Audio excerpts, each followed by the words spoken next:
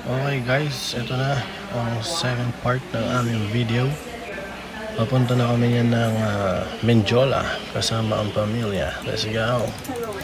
Tapos yan. So nakikita nyo naman hindi kasya si EJ dyan at pinagpipilitan niya lang ang sarili magkasya. Kasi may iwan siya ng boss. Ayan, sa kahabaan ng Zapote Road. Nakita nila yung baha dyan sa may River Drive at nagtitinginan sila. Malapit namin bumaba niyan mga kaibigan at konting hintay lang at makikita nyo na rin kung saan tayo papunta. Ayan nga pala ang kapatid ko si Germs Red. Yan ang nagmamalinis kong kapatid.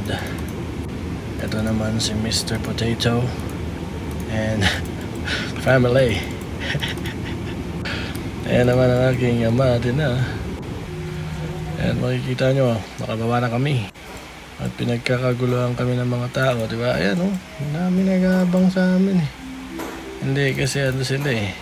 Yung sinakay namin boss, may second trip pa kaya waiting sila.